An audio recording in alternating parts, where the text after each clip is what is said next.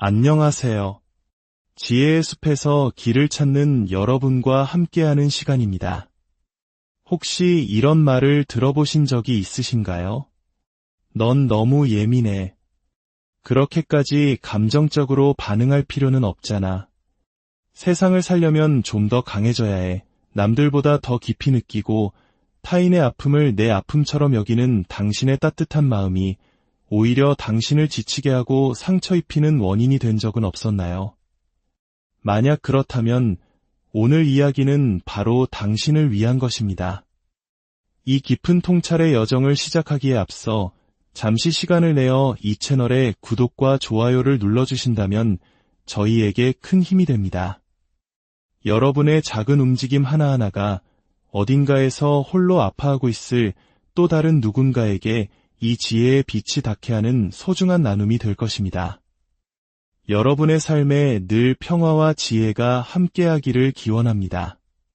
정신의학의 거장 칼 융은 우리가 오늘날 엠패스, 즉 깊은 공감 능력자라고 부르는 사람들이 왜 잔인한 심리적 역설에 직면하는지를 기록했습니다. 그들의 가장 위대한 재능인 공감 능력이 역설적이게도 가장 깊은 고통의 근원이 된다는 사실을 발견한 것이죠. 융은 공감 능력자들이 무의식적으로 자신의 그림자를 투사하는 사람들을 끌어당긴다는 사실을 밝혀냈습니다. 여기서 그림자란 자기 스스로 인정하고 싶지 않아 내면 깊숙이 억압해온 어두운 부분을 의미합니다. 감정이 메말라버린 사람들은 자유롭게 감정을 표현하는 공감 능력자의 모습에서 자신이 잃어버린 감정의 생동감을 떠올리게 됩니다. 그리고 그 사실을 마주하기 괴로워 오히려 그 빛을 향해 분노와 경멸을 쏟아내는 것입니다. 융은 감정 기능이 고도로 발달한 사람이 진실하고 빛날수록 다른 사람들의 심리적 방어 기제를 더욱 위협한다는 것을 발견했습니다. 이것이 바로 그림자 투사입니다. 이로 인해 공감 능력자들은 주변 사람들에게 꼭 필요한 존재로 여겨지면서도 동시에 그들이 잃어버린 것을 가졌다는 이유만으로 비밀스러운 경멸의 대상이 되는 패턴에 갇히게 됩니다. 오늘 우리는 공감 능력자의 심리에 대한 융의 가장 충격적인 발견을 파헤치고 이 패턴이 예민한 개인을 완전히 파괴하거나 혹은 인류의 감성적 진화를 위해 꼭 필요한 존재로 변화시키는지 그 비밀을 이야기해보고자 합니다. 융의 가장 서늘한 통찰을 드러낸 이 패턴은 그의 수많은 임상 사례에서 반복적으로 나타났습니다. 비범한 공감 능력을 지닌 환자들은 마치 자석처럼 특정 유형의 사람들을 끌어당겼는데 이상하게도 그들은 결국 설명할 수 없는 적대감을 보이며 환자에게 등을 돌렸습니다. 융은 이 환자들에게서 공통적으로 빛나는 감정적 진정성을 발견했습니다. 그들은 타인의 고통을 즉시 감지하고 진심 어린 연민으로 반응하며 사람들이 생전 처음으로 온전히 이해받는다고 느끼게 하는 안전한 공간을 만들어 주었습니다. 하지만 그들이 맺는 모든 가까운 관계는 똑같이 파괴적인 패턴을 따랐습니다. 마치 불을 향해 날아드는 불나방처럼 사람들이 그들에게 끌렸습니다. 하지만 바로 그 사람들은 처음 자신들을 매료시켰던 바로 그 특성들에 대해 무의식적인 분노를 키워나갔습니다. 마치 공감 능력자의 빛이 다른 사람들이 차마 마주할 용기가 없는 자신의 어두운 그림자를 들춰내는 것과 같았습니다. 사람들은 공감 능력자에게 가장 깊은 비밀을 털어놓고 그들의 존재 안에서 치유를 얻고 엄청난 정서적 해방감을 경험했습니다. 그러다 아무런 예고 없이 갑자기 그들을 비난하고 자신감을 깎아내리고 결국에는 당신은 너무 부담스러워, 너무 감정적이야 라는 말을 남기며 완전히 떠나버렸습니다. 융은 이것이 단순한 관계의 문제가 아님을 깨달았습니다. 이것은 자신의 진정한 감정과의 연결을 유지해온 사람을 무의식적인 사람들이 만났을 때 벌어지는 현상이었습니다. 진정한 감정 표현은 자신의 감정적 진실을 배신한 사람들의 무의식적 수치심을 자극합니다. 혹시 당신도 너무 감정적이라거나 너무 예민하다는 비판을 받아본 적이 있다면 당신의 공감 능력이 과한 것이 아니라 어쩌면 타인들이 너무 메말라 버린 것일지도 모릅니다. 이 현상에 대한 융의 관찰은 현대 심리학에서 심리적 거울 이론으로 알려진 개념으로 이어졌습니다. 감정 기능이 고도로 발달한 사람이 감정적으로 단절된 사람과 상호작용할 때 그들은 무의식적으로 상대방이 오래전에 포기해버린 감정적 진정성을 거울처럼 비춰줍니다.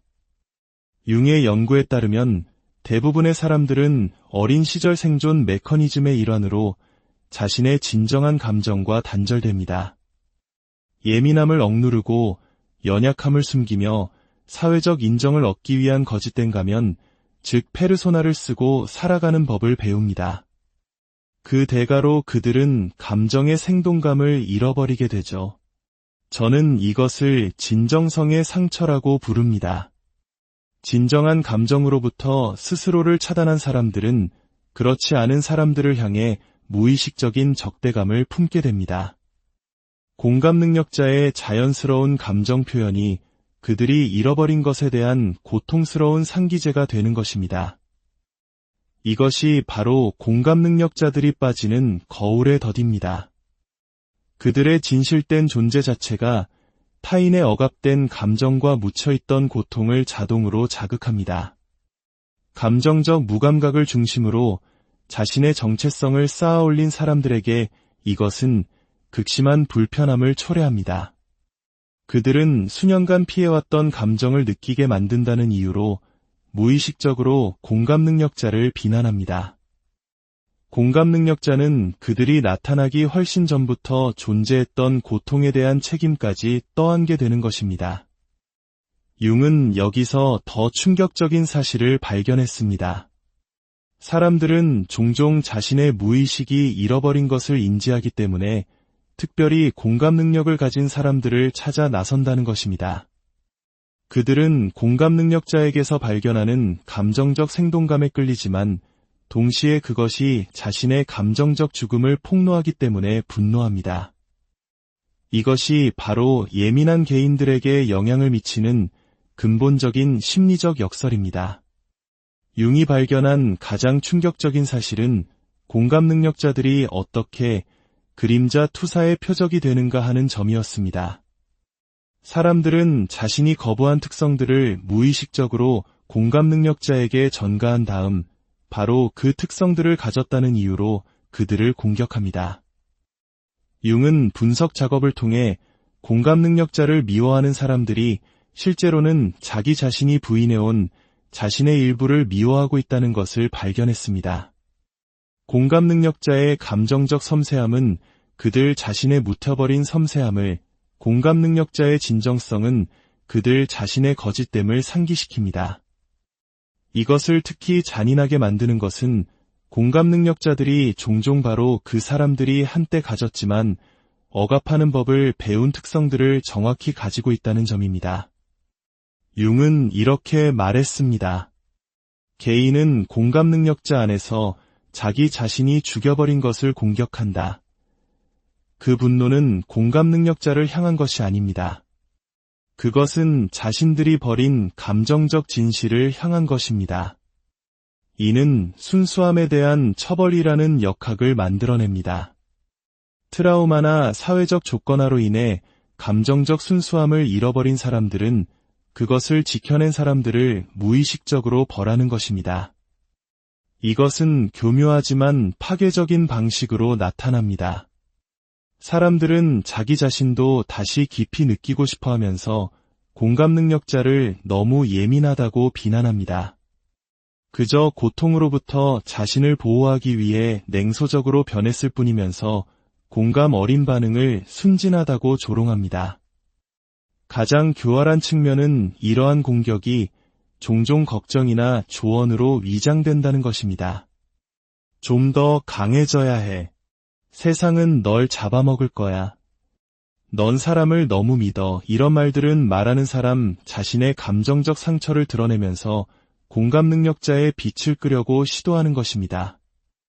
융은 이것이 의식적인 악의가 아니라는 것을 깨달았습니다. 그것은 자기 자신 안에서 더 이상 접근할 수 없는 것을 대표하는 누군가에게 외부로 투사되는 무의식적인 자기 혐오였습니다. 융은 사람들이 공감 능력자의 진정한 감정 표현을 무의식적으로 공격하는 4가지 뚜렷한 유형을 확인했습니다. 첫 번째 유형은 감정의 비평가입니다. 이들은 특히 공감 능력자의 감정적 반응을 표적으로 삼습니다. 자신의 감정을 너무나 완벽하게 억제하는 법을 배워서 진정한 감정을 목격하는 것만으로도 자신의 감정적 죽음에 대한 무의식적인 수치심을 느낍니다. 이들은 끊임없이 공감 능력자의 감정이 잘못되었거나 과도하거나 부적절하다고 말합니다. 감정은 약점이라는 메시지를 내면화하고 이 신념을 공감 능력자에게 투사하는 것입니다. 두 번째 유형은 진정성 공격자입니다. 이들은 거짓된 페르소나를 중심으로 자신의 정체성을 구축했기 때문에 진실된 공감 능력자를 무의식적으로 미워합니다. 가면 뒤에 사는 사람들은 생존을 위해 가면이 필요 없는 사람들에게 위협을 느낍니다. 이들은 공감 능력자가 사회적 외관 뒤에 자신의 진정한 자아를 숨기는 법을 배우지 않았다는 이유만으로 그들을 너무 현실적이거나 부적절하다고 비판합니다. 세 번째 유형은 취약성 침해자입니다. 이들은 공감 능력자의 개방성과 신뢰를 표적으로 삼습니다. 너무 심하게 상처를 받아서 마음을 완전히 닫아버린 이들은 감정적 가용성을 유지하는 공감 능력자를 무의식적으로 처벌합니다. 이들은 공감 능력자의 열린 마음을 이용한 다음 자신의 배신을 인정하기보다는 공감 능력자가 너무 사람을 잘 믿는다고 비난합니다. 네 번째 유형은 빛을 끄는 자입니다. 융이 마주친 가장 위험한 유형으로 공감 능력자가 자신의 재능에 대한 자신감을 체계적으로 약화시키기 위해 일하는 사람들입니다. 그들은 자신의 내면의 빛과 너무나 완전히 단절되어 다른 사람의 광채가 견딜 수 없게 된 것입니다. 이들은 미묘한 심리적 조종을 사용하여 공감 능력자의 타고난 공감 능력이 존중받아야 할 선물이 아니라 고쳐야 할 문제라고 설득합니다. 자신이 겪는 패턴을 이해하는 것은 매우 중요합니다. 왜냐하면 각 유형은 융이 진정한 자아의 보호라고 부른 것을 위한 각기 다른 전략을 요구하기 때문입니다. 융은 이 심리적 역학이 개인과 집단의 감성적 진화 모두에 심각한 위협이 되는 3가지 구체적인 위험을 확인했습니다. 첫 번째 위험은 진정성의 침식입니다. 끊임없는 분노와 비판에 노출되면 많은 공감 능력자들이 자신의 감정적 현실을 의심하기 시작합니다. 그들은 진정한 감정을 용납하지 못하는 사람들에게 맞추기 위해 자신의 자연스러운 반응을 억누르기 시작합니다. 융은 이렇게 썼습니다. 인정을 얻기 위해 자신의 진정성을 포기하는 공감 능력자는 그들을 가치 있게 만들었던 바로 그 자질을 잃어버린다. 그들은 감정적 생동감이 절실히 필요한 세상에서 또 다른 감정적으로 죽은 사람이 된다. 두 번째 위험은 심리적 자기 배신입니다. 공감 능력자들은 종종 자신이 받는 비판을 내면화하여 자신의 공감 능력을 선물이 아닌 결함으로 보기 시작합니다. 다른 사람들이 종종 너무 부족하고 무감각하다는 것을 인식하는 대신 자신이 너무 과하다거나 너무 예민하다고 믿기 시작합니다. 가장 큰 비극은 공감 능력자가 다른 사람들이 자신에게 향했던 것과 같은 폭력으로 자신의 감정적 본성을 공격하기 시작할 때 발생합니다. 그들은 자기 자신의 감정을 암살하는 자가 됩니다. 세 번째 위험은 집단적 감정의 정체입니다. 가장 위험한 것으로 공감 능력자들이 자신의 진정성을 억누르는 법을 배울 때 인류는 감정의 선구자들을 잃게 됩니다. 건강한 감정 표현이 어떤 모습인지 보여줄 수 있는 개인들을 잃는 것입니다. 융은 이것을 감정적 진화의 정지라고 불렀습니다. 집단적 감성 지능을 발전시킬 수 있는 가장 유능한 사람들이 무의식적인 공격으로부터 자신을 보호하기 위해 숨을 수밖에 없을 때 발생하는 현상입니다. 융은 이렇게 썼습니다. 공감 능력자에 대한 억압은 인류가 자신의 감정적 잠재력을 무의식적으로 거부하는 것을 나타낸다. 우리는 우리 자신 안에서 가장 되찾아야 할 것을 다른 사람 안에서 공격한다. 이것이 바로 융이 공감 능력자들의 보호와 발달이 인류의 심리적 발전에 필수적이라고 여겼던 이유입니다.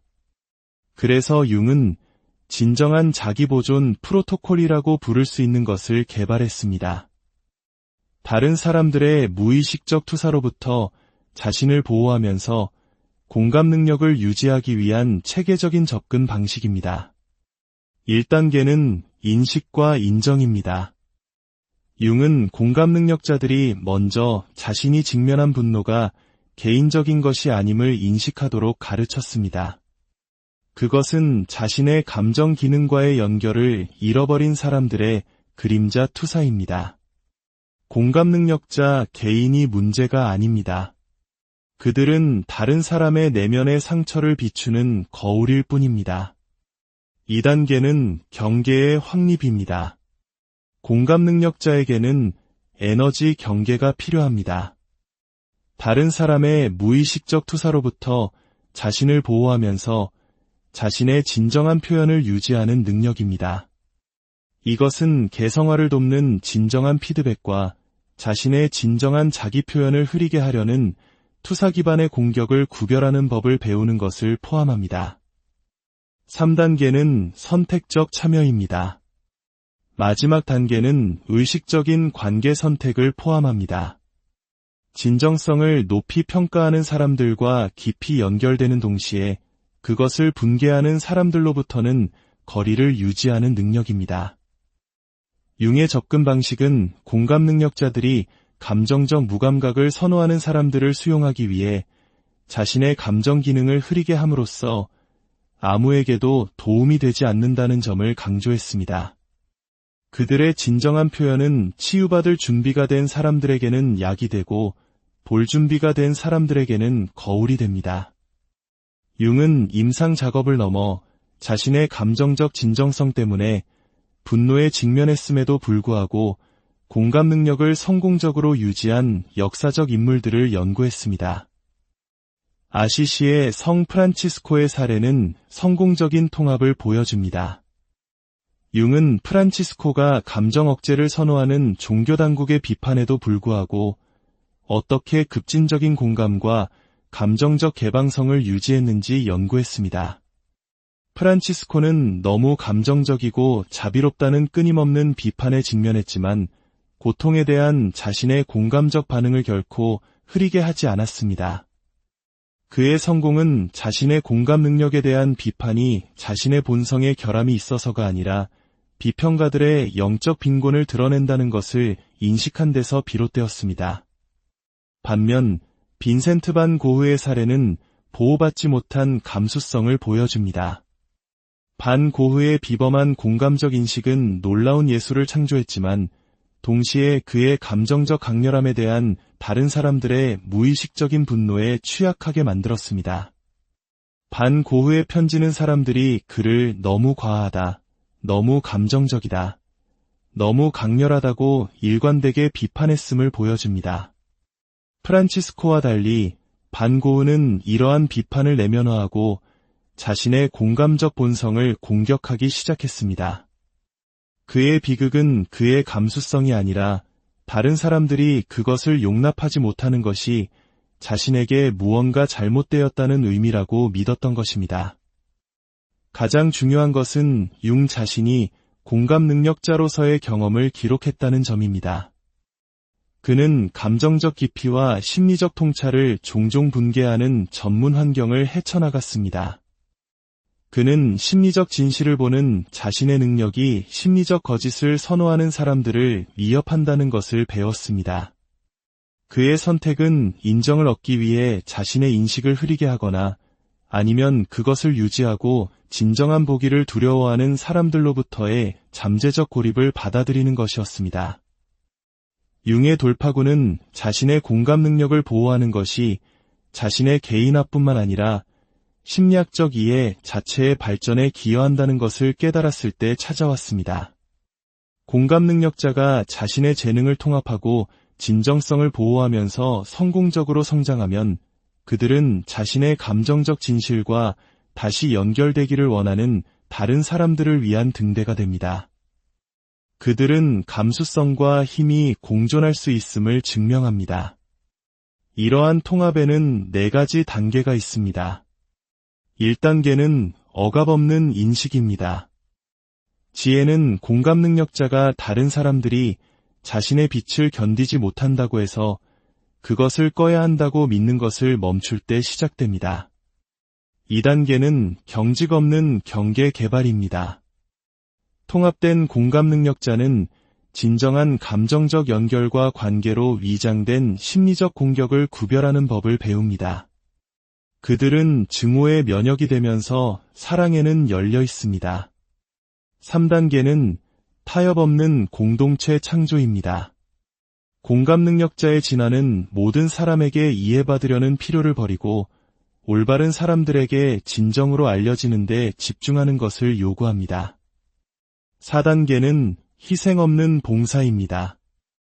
완전히 통합된 공감 능력자는 고갈이 아닌 넘침에서 봉사합니다.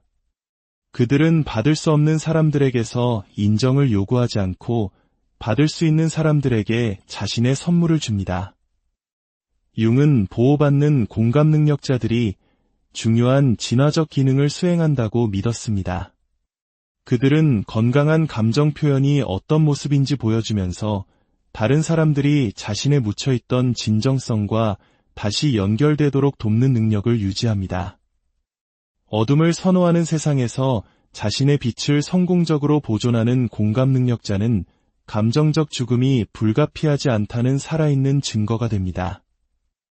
그들은 다른 사람들이 자신의 감정적 생동감을 다시 불태우는 데 사용할 수 있는 불꽃을 지니고 있습니다. 하지만 이 여정에는 함정이 있습니다. 복수의 덫, 우월감의 함정, 고립의 정당화, 그리고 가장 위험한 빛을 끄는 함정입니다. 다른 사람들이 당신의 빛을 공격하는 이유를 이해한다고 해서 공격받는 고통이 사라지는 것은 아닙니다.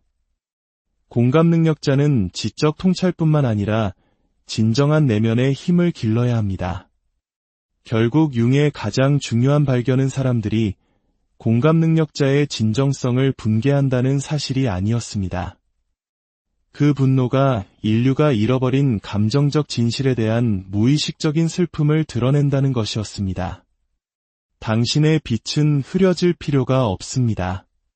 진정성을 감상하는 그들의 능력이 밝아져야 합니다. 당신은 누구에게도 과하지 않습니다. 올바른 사람들은 당신의 공감 능력을 축하할 것이고 잘못된 사람들은 자신 안에서 더 이상 접근할 수 없는 것에 대한 분노를 통해 스스로를 드러낼 것입니다. 당신의 공감 능력은 당신의 약점이 아닙니다. 진정한 감정을 용납하지 못하는 타인의 무능력은 당신의 강점에 투사된 그들의 치유되지 않은 상처입니다. 당신은 감정적으로 살아있기 위해 태어났습니다. 감정적 단절을 선호하는 사람들을 위해 자신을 어둡게 하기 위함이 아니라 자신에 묻혀있던 감정 기능을 되찾을 준비가 된 사람들을 위해 감정적 진정성을 보여주기 위함입니다. 세상은 당신의 빛을 필요로 합니다. 하지만 다른 사람들의 무의식적인 투사 아래 숨겨진 빛이 아니라 밝게 타오르는 빛을 필요로 합니다.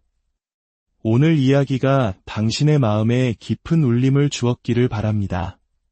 당신의 여정에 지혜와 용기가 함께하기를 기원하며 다음 시간에 더 깊은 통찰과 함께 다시 찾아뵙겠습니다.